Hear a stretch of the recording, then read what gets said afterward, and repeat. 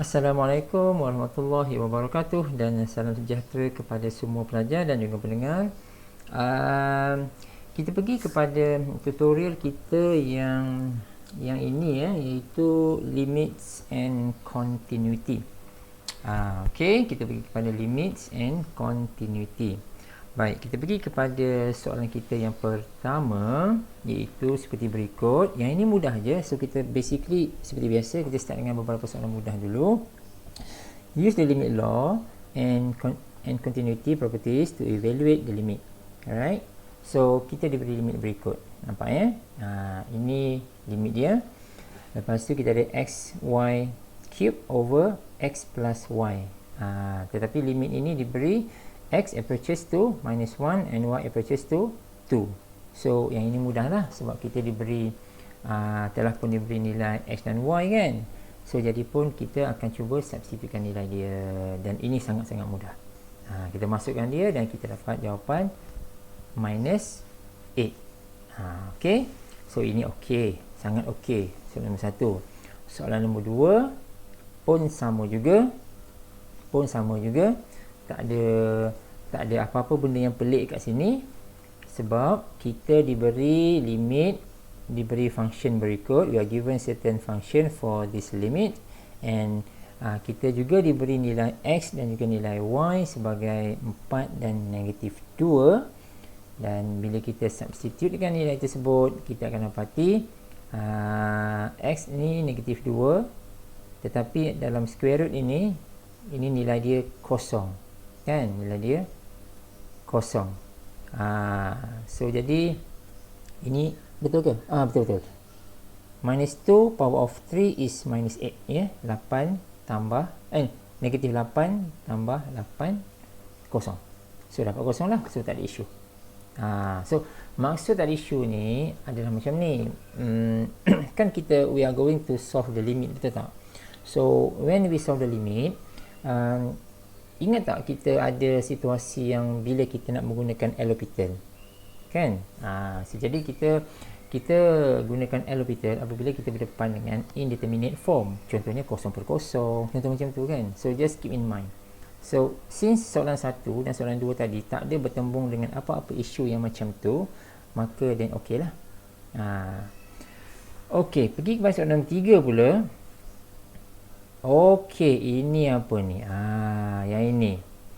Show that the limit does not exist by considering the limits bla bla bla bla along the coordinate axis. Macam tu. Okey. So dia suruh dalam kes ini kita kena buat something lah, Maksud dia suruh tunjukkan dia does not exist. Ya. Jadi kita diberi contohnya macam ni. Alright, contohnya macam ni. Jadi kita kena cuba satu persatu. Apa maksud satu persatu tu? Satu persatu tu bermaksud, ingat tak lagi dalam kita punya teaching notes, kita kena considerkan ada 5 case. Ingat tak?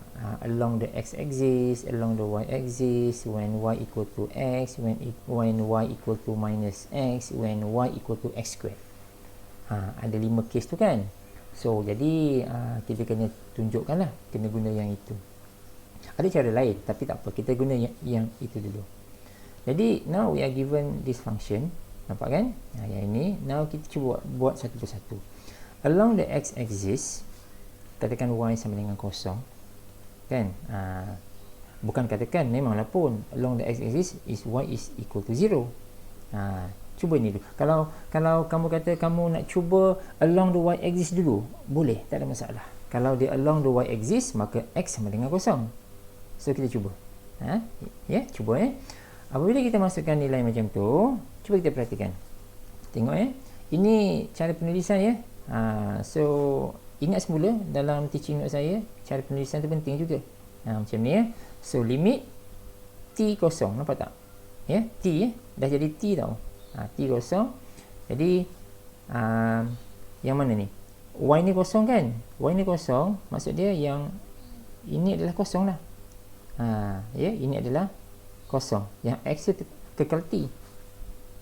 Okey. Jadi bila macam tu, kita pun masukkan nilai. Kita akan gunakan function ini.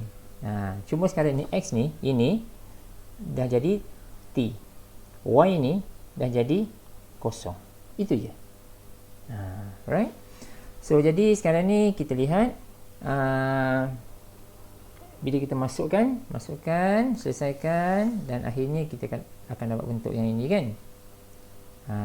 3T kuasa 2. Dan kita substitutekan nilai T itu kosong, maka kita dapat 3 per kosong, which is does not exist. Okay, ada buat infinity lah.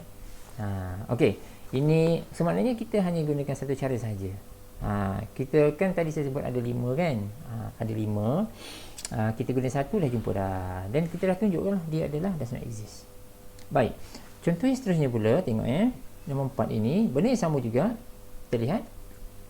Benda yang sama juga, kita lihat kat sini.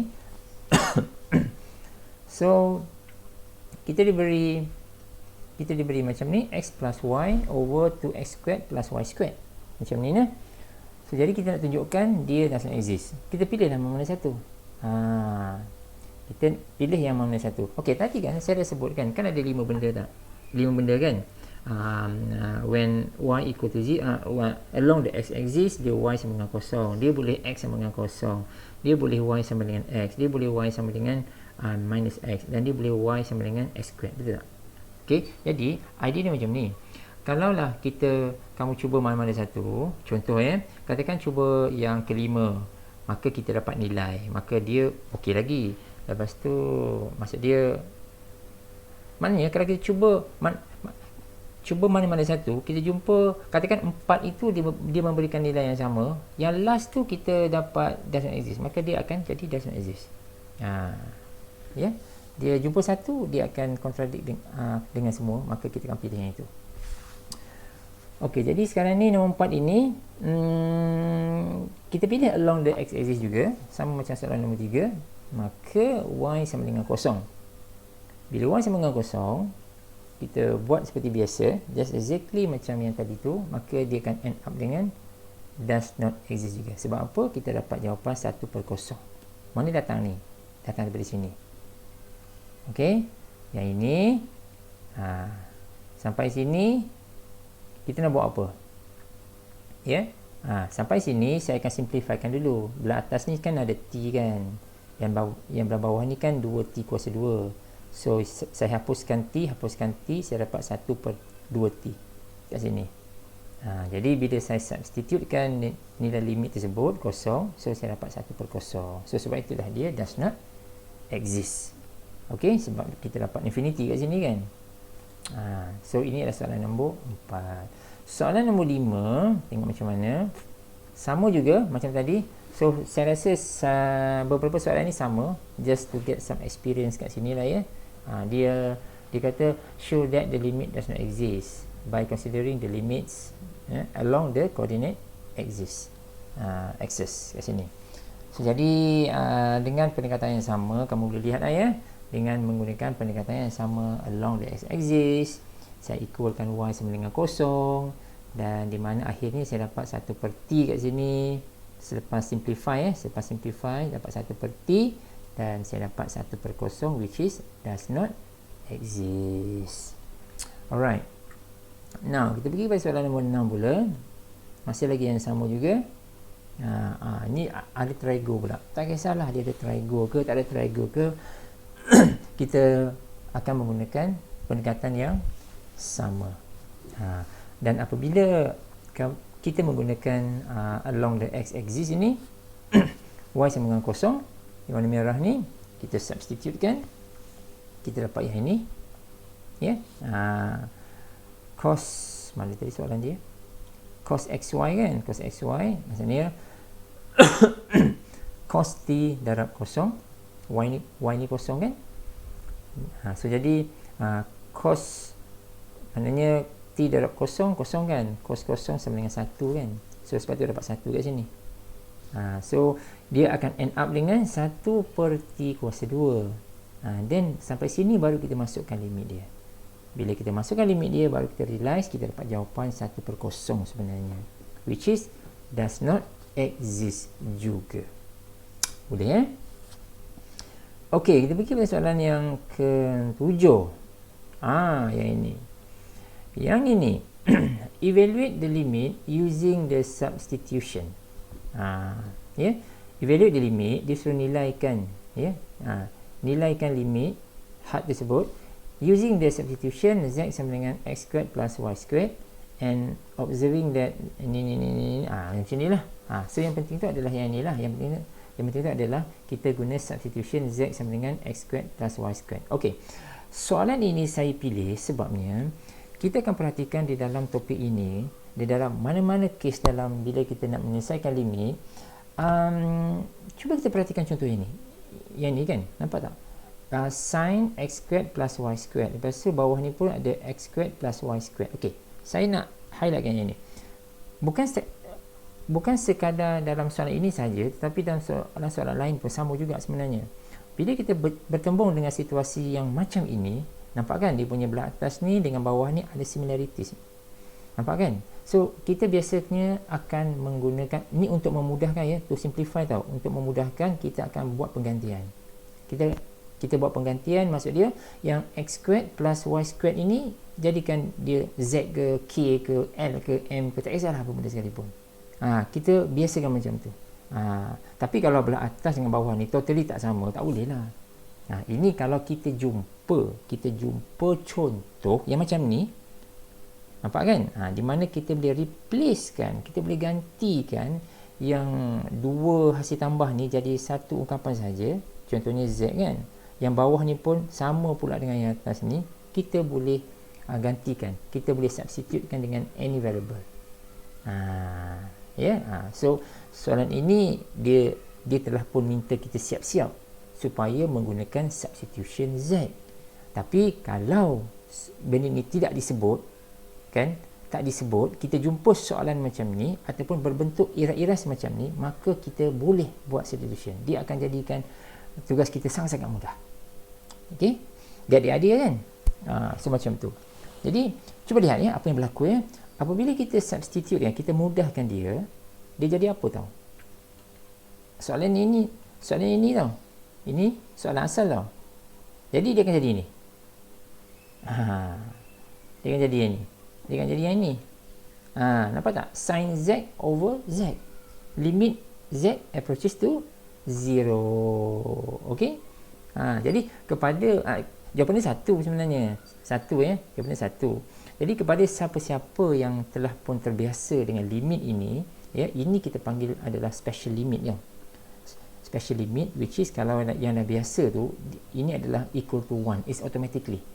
Dia special limit ni ada beberapa bentuk. Dia satu ni adalah kalau dia sin z over z dah sama dengan 1. Lepas tu kalau dia melibatkan cos, dia apa 1 tolak cos z kot. Ni 1 tolak cos z per z. Dia 1 tolak cos z over z. So limit tu z approaches to 0, dia automatik akan jadi kosong. Itu special limit. Dan ada dua lagi, saya tak ingat. Dia total ada 4 tau. Ada 4 semua yang kita gelarkan dia sebagai special limit. Cuma yang dua lagi tu tak silap saya, dia melibatkan eksponen. Dia melibatkan something yang eksponen lah. Tapi yang common yang kita jumpa adalah bentuk ini. Ataupun yang 1 tolak cos z over x tadi tu. Over x pula. 1 tolak cos z over z, which is always equal to 0. Tapi kalau kita tak ingat benda tu, tak apa. Kita boleh guna L'Hopital. Sebab apa kita boleh guna L'Hopital? Cuba kita lihat kat sini, limit ini kan. Cuba kamu substitutekan z kosong ni ke dalam ini.